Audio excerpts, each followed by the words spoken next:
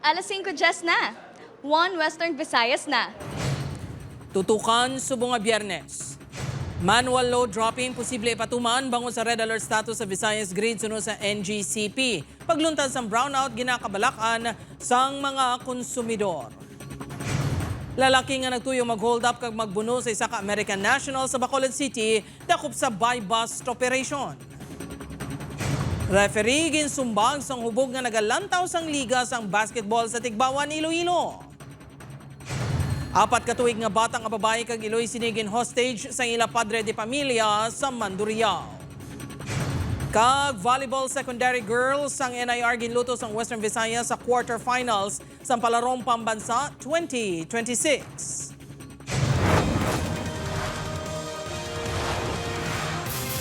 Ini ang GMA Regional TV, 1 Western Visayas. Maayong hapon mga kapuso. Sa nagapanguna nga balita, manual load dropping posible ipatuman bangon sa red alert status sa Visayas Grid. Pila ka konsumidor kag negosyante apektado na sa nagaka-eksperyensyahan nga power interruption. Si Zen Kilantang Sasa nakatutok. Sumugod alas 6 tubtub alas 7 subong nga gabi, yara sa red alert status ang Visayas Grid. Buot silingon, kulang ang kapasidad sang grid kung ikumparar sa peak demand. Magluwas sini yellow alert status pagid ang grid halin alas 7 tubtub alas 10 karon sa gabi. Ang ginatudlo nga kamangdanan ang mga planta nga wala sa gihapon naga-operate kag ang iban nga naga-operate apang hindi full capacity.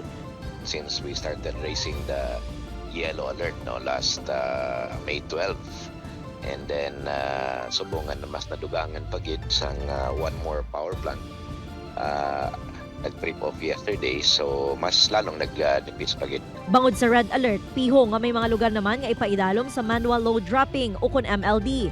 Kahapon may ginpatuman man nga MLD sa Iloilo City. Apektado sini ang Diversion Feeder 1, Diversion Feeder 3 kag Haro Substation sa More Power. Ang mga lugar sa idalom sa mga ini ang nadulaan sang kuryente sa sulod sang ginabulubanta 2 ka oras. Butang nga nagdulot sang perwisyo sa pila ka konsumidor. Si Nanay Azucena nabudlayan kun wala sang kuryente. Gani gina-charge na sini ang tanan nga power bank kag naprepara na ang mga solar light. Ay, Diyos ko. Mula na prepare lang may emergency light kami, may backup sa mga internet, may dako lang power bank. Para sa sina, bisan inuras pa makatrispasser, bisan anong kaoras. Si Manang Jeremy nga may sari-sari store, wala na nagbaligya sang frozen food, bangod madasig maguba. Pagbaligya naman sang ice ang iya negosyo, apang nagakabalaka ini nga magamay ang iya kita. Apektado gid kay tibalaan mo mabakal sa amon niyo. Ice. Di mahulog sa ice water. Samtang 12 oras nga scheduled power interruption ang maeksperiensyahan sa mga konsumidor sang Eleco 1 buwas May 30 halin alas 6 ang aga tubtub alas 6 ang gabi. Wala sang kuryente ang pila ka porsyon sang Pavia kag porsyon sang Santa Barbara. Magapatigayon man sang scheduled power interruption ang Capiz Electric Cooperative halin 5 AM tubtub 5 PM sa Domingo May 31. Apektado ang feeder B1, B2, B3, B4 kag B5. Upod kay Cirilo Randuque, Zen Kilantang Sasa, 1 Western Visayas.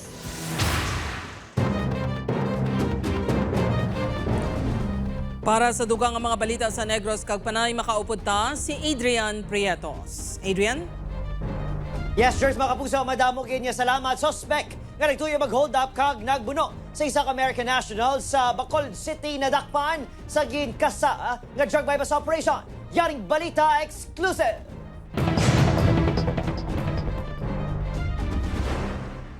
Sa sining CCTV video kuha sa Barangay Mansilingan, makita nga nagpalapit ang lalaki sa magpartner sa guwa sa isa ka convenience store sa Barangay Mansilingan, Bacolod City. Wala kuno naghatag sa ginapangayo nga kwarta ang American National sino sa iya partner rason kaya ginbuno sang lalaki. Sang nakalikaw ini kag nagdalagan, ginlagas pagid siya tubtub sa gasolinahan. Nakaagom sang pila sa kilid ang American National. Ang lalaki sa video, nadakpan sa kaprisan sa isa ka drug bypass operation kagabi. Ginkilala ini kay alias Reynaldo, nagatrabaho bilang pintor. Abis amon pagmonitor, isa siya sa mga nagagamit kag nagabaligya man diri sa Mansilingan. So kagabi nakita gid sa naton kag nagapatigayon naton ang bypass. Ginkumpirmar sa kaprisan nga may intensyon ng suspect nga ma-hold up base sa dalasini nga konsilyo kag sa pahayag mismo sang biktima. Siya na yung ginatudlo gid sa aton nga biktima nga based sa mga aton di nga picture nga siya gid ang palapit kag nagtaya sang kutsilyo. Sa exclusive interview sa news team, nagdepensa ang suspect. Kunya, ginbuno niya ang American national. Kaya I have no quench idiot. Ano blang idiot sa paglantaw sa mga Pilipino, gali nubo ka tama. Pamangkot, what nationality are you? I don't talk to strangers. Ginahinulsuran ko sa suspect ang iyang kag handa mangayo sa pasensya sa magpartner. Siyempre, to sa forgiveness, kay once you ka repentance, kaya ka natin to the kingdom of God. Wala na nagasaba sa mensahe sa news team ang partners ng biktima. Apang nakigsapol na sila sa kapulisan. Pasaka ng suspect ang reklamo kapag lapas sa RA 9165 kag slight physical injury. Opo, kay Herald Eka, Adrian Bretos, 1 Western Visayas.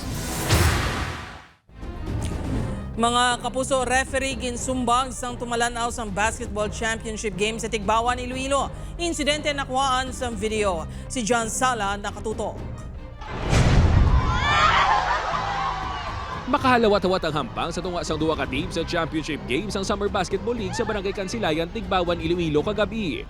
Dikit ang hampang, gani importante ang kada puntos. Sa tunga sang masandukot nga hampang, agaw atensyon ng isa ka lalaki nga nakaputi isang bayo nga nagsulong sa mga referee. Ginsumbag sini ang isa, kag ang isa iya paginlagas kag tuyo nga patupan man. Ang nasumbagan nga referee mo si Vicente Turato.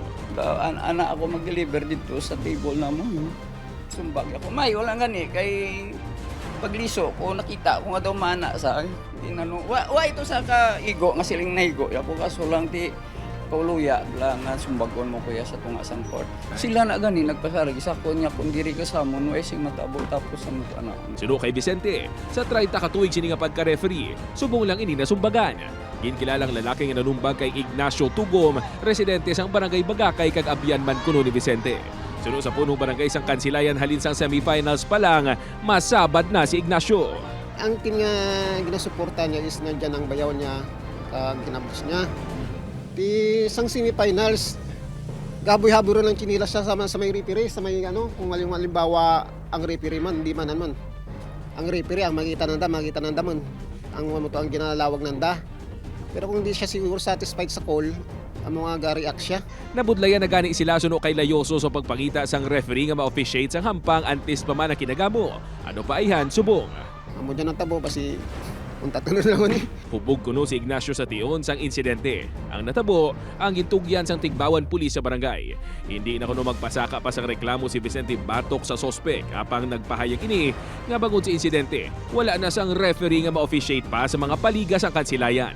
Siguro ilabas may mga game fixing lang siguro bala bago sila mag-imo sa tanawon mananay nila ang sitwasyon o kung ano bala nga imuon muna tapos kung ano matabo mapakitlo o gaman lang. Ginatinguan pa sang news team mamakwan sang bahin ang sospek. Upod kay Hansi Sharto, John Sala, 1 Western Visayas. Sa Bacolod City naman, kwarta sang senior citizen ginkawat sang nagpakuno-kuno customer samtang bag. Baw sa isa ka doktora, ginagaw sang riding and tandem suspects. Nakatutok Aileen Pedraso. Manugsulod sa isa ka boarding house sa Barangay 19 ang ini nga babayi sang hinali ginpalapitan sang lalaki.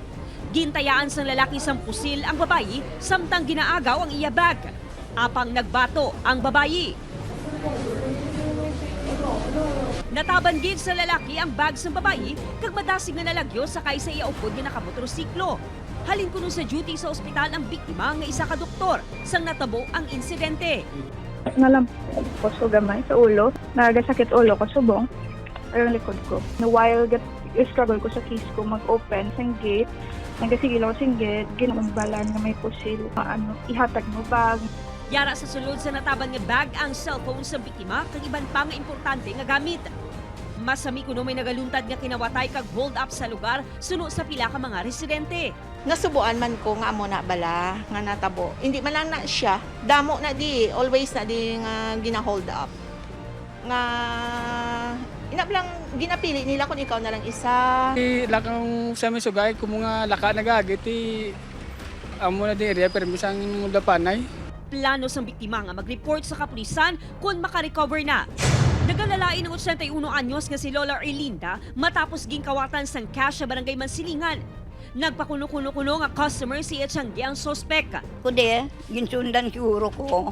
Nagpag-abot ko ng mga 10 minutes, nagparking ang single ng motor. Hindi ko kaya napatimpla man sa kape, nagsulod ako, ginala kong kwarta ko. Kag yan, butang ko da sa lamisa. Kana ako yung kahintanahan ko. Uy, wala na ako yung kwarta. Gamiton kung tani isang biktima sa pagbakal sa mga bulong ang kabugusan nga 1,900 pesos na kwarta nga gingkawat. May possibility nga nasundan siya or mayroon man possibility nga it's ano na lang, opportunity nga nakita siya. Upod kay Reynald Castillo, Aileen Pedreso. 1 Western Visayas. Sa iban pang balita, isa ka abogado naghingyo sa DILG nga imbestigaran ang ginapahayag posible biolasyon ni Iloilo City Mayor Raisa Treñas sa anti-EPAL policy. Si John Sala nakatutok live sa Plaza Libertad, Iloilo City. John?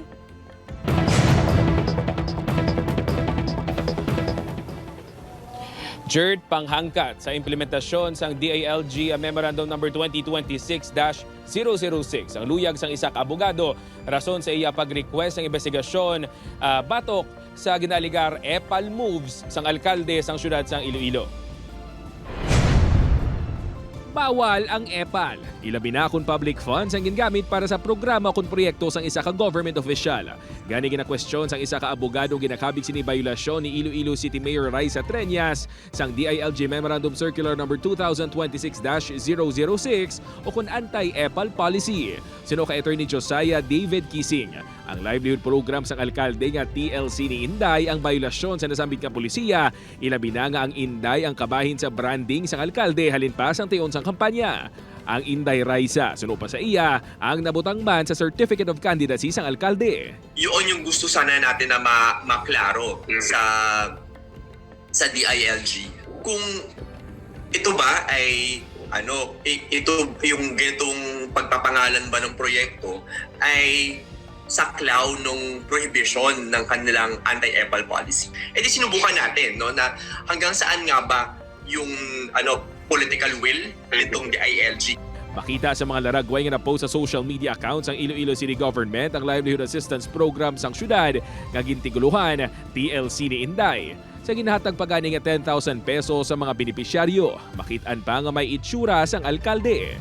Gusto sana natin kasi na matiwalag na yung patronage politics sa Pilipinas. Kahit yung mga simpleng naming of programs, it actually enables nga yung political dynasty culture sa Philippines. Kasi nag-create ka ng patronage. Ang DILG Western Visayas nagahulat pa sang mando halin sa Central Office sa pagsugod sa investigasyon. Pananglitan nga mapamatudan nga may biolasyon ng alkalde, may mga penalidad ini nga pwede atubangon. Cases may be filed and complaints may be filed before the proper government offices nga gamito na amo sini nga ground or basis for the filing of cases. Sa mensahe nga ginpadala sang spokesperson sang alkalde, ginpahayag sini nga ila na nakita ang mga report online, apang wala pa sila makabaton sang opisyal nga reklamo. Sa karon hindi pa maghatag sang opisyal nga pahayag ang alkalde.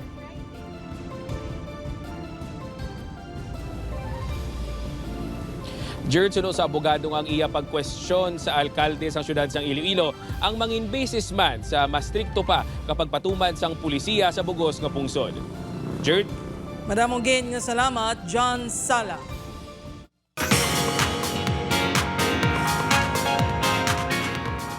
Mga puso, buwas na bala ang much-awaited nga Sparkle Run. Kabayin sa mga makaupod sa mga runner, si Kapuso Primetime Princess Barbie Forteza nga nakuha ng iya race kit para buwas. Pila sa mga magadalagan man sa naglain nga kategorya sa The Asia's Multimedia Star, Alden Richards, kag pabansang Ginoo David Licauco. Yaraman ang pila ka PBB Celebrity Collab Edition Stars kag madamo pangaiban.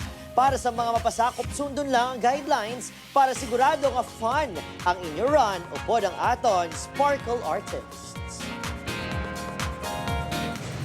Bantayan. Volleyball secondary girls ang NIR ginlutos ang Western Visayas sa quarterfinals ang palarong pambansa 2026 sa pagbalik sang One Western Visayas. Ini ang GMA Regional TV, One Western Visayas.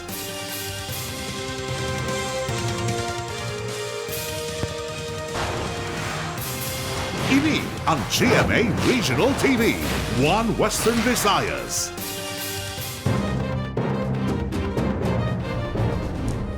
Mga kapuso, 4 katuig nga batang nga babae kag iloy sinigin hostage sang ilang padre de pamilya sa Mandurriao. Si Zen Kilantang Sasa nakatutok.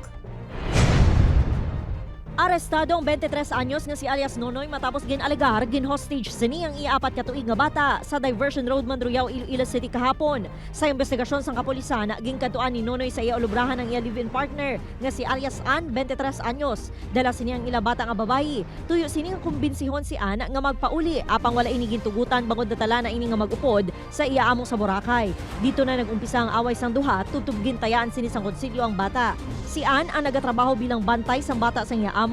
Natabuan naman nga nakalabay ang pulis nga ginkilala kay Gilbert Jimeno sang Iloilo City Police Station 10. Siya ang nagnegosyar sa suspect. Kita kapitan niya mamula, ang tuoy nga kamot ma'am, may kutsilyo, labas na diyo, tapos ang bata, inamuyo man mo. Sang ulihi, ginhaboy ni Nonoy ang konsilyo kag nagsungka sa kapulisan. Pagpangimo naman ang ginalantaw nga rason sang iya pagpang-hostage. Nagsiselos siya na pupunta ng Boracay yung asawa, yung partner niya. Gintinguan sa news team nga makuha ang bahay ni Nonoy apang nagpaiway na ini nga magpa-interview. Nag-areglohan na kuno sila sang iya live-in partner. Apisar nga nag-atras na sa pagpasaka sang reklamo si Ann, nagapabilin sa gihapon ini nga detain si Nonoy matapos nga ginpasakaan sang reklamo nga alarm and scandal kapag lapas sa city ordinance nga nagadumili sa pagdala sang deadly weapon. Ginpaidalo man sa Department of Social Welfare and Development sa counseling ang Mag-Iloy. Upoy kay Cirilo Randuque, Zen Kilantang Sasa, One Western Visayas. Patay na sang nasapuan kagula na sang duha katiil ang isa ka karabaw sa barangay Salngan, Pasig City, Iloilo. Sa imbestigasyon sang kapulisan, ginhigot ni alias Angelo ang iya karabaw malapit sa Ilabalay sa Mayo 26 ang aga. Sang gabi nadiskubrihan nga nadula ang karabaw. May 27 sang ukon Mayo 27 sang aga sang nakita nini sa piyak nga bukid sa amuman nga barangay nga wala na sang tiil sa panguna kag sa likod. May laslas man sa liog ang karabaw. Ginapatihan nga pagpangsasko ang pagpatay sa sapat. Sunog sa tagiya, gapati siya nga isaskuhan ng iya karbaw kay tungod nga may mga kaakig na persona sa iya pamilya. Mga kapuso, Police Major Brian Alamo ginrelieve bilang hepe sa Pavia Municipal Police Station. Ginkumpirma ni IPPO spokesperson Arnel Solis ginkakas bilang OIC si Alamo. Ginbuslan siya ni Police Lieutenant Larry Tayongtong. Iga-assign si Alamo sa IPPO. Wala pa sa isa ka semana nga nagpungko si Alamo nga OIC halin sang May 22, 2026. Sunod sa IPPO, wala naman sang kaantanan ang pag-relieve kay Alamo sa ginpatigayon sini nga buy-bust operation kahapon sa din nadakpa ng high-value individual sa barangay Ungka, 1. Nagkataon lang ma'am, no? Prior na infoan na siya nga mayara na siya relief order. So it so happened lang mayara man siya operation. Ang reason gidra is ang iya status is OIC. So anytime pwede ka sa ilohon. Mga kapuso, totally damaged ang isa kabalay sa sitio Tabok, Danao, Barangay Bitang, Tigbawan, Iloilo matapos masunog kahapon sang hapon. Sunod sa Tigbawan BFP, malapit 30 minutos lang kag na-declare na nga fire out ang insidente. Apang bangod human sa light materials, natupok gid ang balay. Posible, electrical in nature ang gintunaan sang kalayo. Wala na naglapta pa sa mga kaingon nga balay ang amo nga kalayo. Padayon pa ang investigasyon sa otoridad. Naglabo sa masobra 80,000 pesos ang danyos nga ginbilin sang sunog.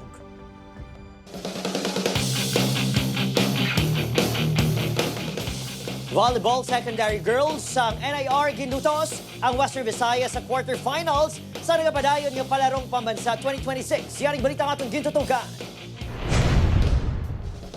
Abisara pa sa 1 kontra Region 12 sa preliminary game kahapon. Nakabawi ang NIR Vipers Secondary Girls Volleyball Team sa quarterfinals kay Inas ng aga. Matapos ginutos ang Western Visayas matapos nakuha ang 2 ka set sa nagapadayon ng Palarong Pambansa 2026 sa Agusan del Sur. Halin sa Bacol Taitong High School ang volleyball secondary girls sa Team NIR. Gani, nagalaob ang burtuan nga makabawi kay makuha na sang volleyball team ang kampyonato subong nga tuig. Are very hopeful that our girls will do and give their best. They are very determined and they practice every day, managing their academic and at the same time their sports. They can level up. Ang sports community sa Bacolod City, suportado man ang volleyball team. Actually, masing wala pa sila gold, we are always proud of them. Legacy goes on, no? Samtang, nakakuha naman sang Bulawan nga medalya ang NAR Vipers sa 4x50-meter freestyle team relay elementary girls swimming competition. Isa sa miyembro sang team ang taga-Murcia nga si Anaysa Joyce Diga sa Minuyan Elementary School. First time ini sa palaro, abang nakuha man sini ang silver medals sa 100-meter long course kag 50-meter freestyle. Una na-expose ang anak sa swimming matapos naging lifeguard sa Mambucal Resort ang iya amay. May assign ko sa Mambucal every weekends na upo din sa akong barracks. So, dyan sa pagtuntuon jump sa Mambucal Resort. Upod kay Harold Ekang, Adrian Pretos, 1 Western Visayas.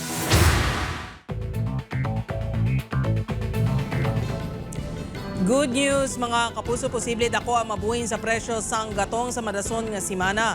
Base sa estimate nga ginpagwas ang oil industry sources, 6 pesos kag 50 sentimos tubtob 7 pesos kag 50 sentimos ang posible mabuhin sa presyo sang diesel. 3 pesos kag 50 sentimos tubtob 4 pesos kag 50 sentimos ang ginalauman nga rollback sa presyo sang gasolina. Sa kerosene, ginalauman man ang napulo ka pesos nga buhin sa kada litro. Ini ang makabig nga pangbawi sa pila ka beses nga saka sa presyo sang gatong sang nakaligad nga mga simana. Base sa records ng DOE, 5 ka sudasod nga simana ang pagsaka sa presyo sang gasolina, 2 naman ka simana sa diesel. Sa Lunes, mahibaluan ang pinal nga adjustment sa presyo.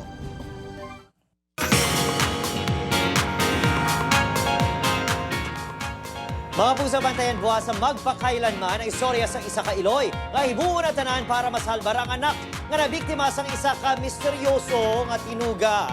Lantawutang ulihi nga Mother's Month special nga itim na duwende nga pagabidahan ni Janice de Belen. Buwas na ina, 8:15 p.m. sa GMA.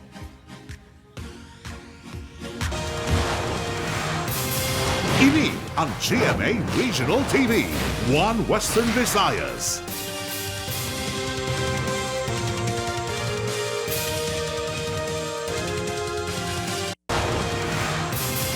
Ini ang GMA Regional TV, 1 Western Visayas.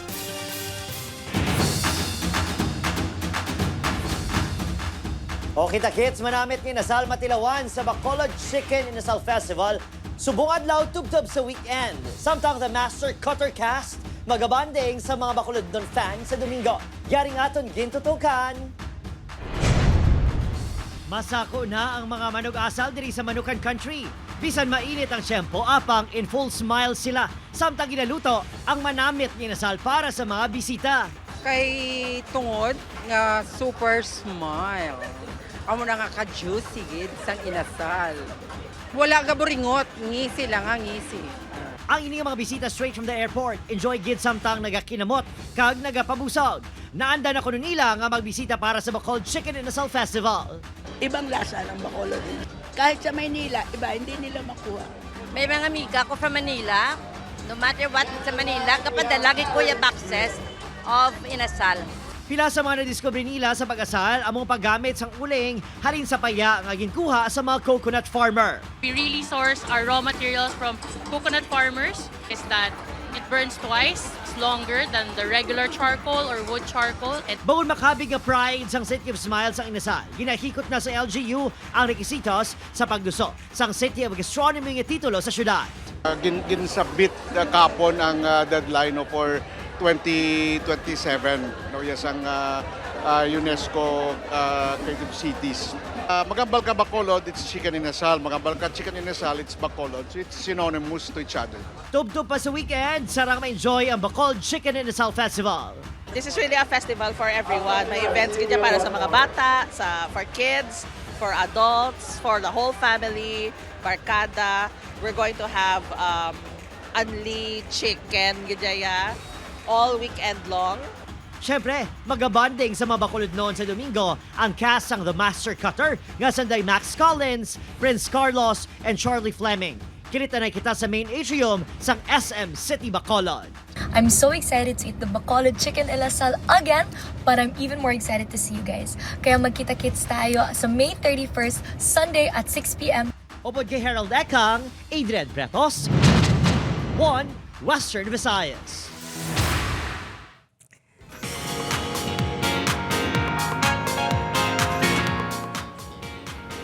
Mapuso yari ng mga dapat bantayan sa The Master Cutter. Makabawyahan si Ame sa iya panibago nga hampang, samtang paano naman buligan ni Atoy si Biang. Bantayan inakaroon sa GMA Prime 8 p.m. pagkatapos ng 24 oras. Samtang, halin sa online gambling, masunod nga misyon sa Task Force Firewall ang human trafficking. Paano bala planuhan sa grupong masunod nga tikang para salbaron ang mga biktima? Bantayan inatanan o kung bantayan ang mga hitabo sa Task Force Firewall 8:50 p.m. sa ating GMA Prime. Mga kapuso, isa ka rider tuman ng kasadya bangod nakabanding niya ang paborito nga banda tungod gidlang sa Siopaw. Ini ang gintutukan ni John Sala. Sinong maguna-una nga tungod sa Siopaw? Nalapot sa isa ka Ilonggong iyahandom nga makaupod ang iya mga idolo. Sang damlag lang, nag-concert diri sa Iloilo City ang banda nga parokya ni Edgar kag isa sa mga excited si Eliazar. Alis sa una, idol ka sa namon ni Mrs. ang parokya ni Edgar. Kada concert si Lilog, kantoy kami ng adwa, katanaoy kami. Part-time rider si Eliazar kag sang tiod sang concert, walay ni makakadto tungod sa kagutok. Apang nakita ko no sini ang post sa social media sang bokalista sang banda nga si Chito Miranda, nga paborito sini kag sang iya Iloy ang isa ka sikat nga siopaw sa Iloilo City. Gani nagtanyag ini nga maghatag. Matiyon-tiyon, nakabato nini sang mensahe halin mismo kay Chito. Mo duwang patay sa kalipay, sir, hindi ko daan expect na amo to. Pag sulod sa tent nila, kay ginani ako, gisugatay ako. Speechless hindi ko gani magkulang siya kay hindi ko pati nga na upod ko sa vlog. Una-una, salamat kay Easy sa pagdala sa akin ng Siopaw. Bangod sa Siopaw, VIP treatment na si Eliazar.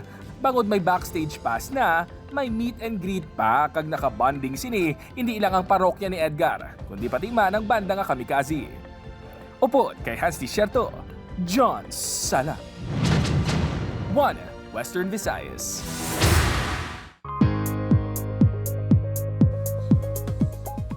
Balantayin kapuso, yara na sa sulod sang PAR ang ginamonitor nga bagyo ng inatagan sang local nga name nga Domeng. Sa latest bulletin sa Pag-asa, ulihin nakita ang sentro sa kalayuan nga 1,140 kilometers sa sidlangan sang Central Luzon. Posible pa nga magabaskog bilang typhoon sa weekend. Sunod sa Pag-asa, manubo man sa gihapon ang tsansa nga maglandfall pero magapaulan ang trough o extension sini sa pinakabahing sang pungsod. Kaupos sining epekto man sang southwesterly wind flow kag localized thunderstorms. Sa datos sa Metro Weather, may lapta-lapta nga ulan sa pinakabahing sang Western Visayas kag pati man sa bahin sa Negros Island region.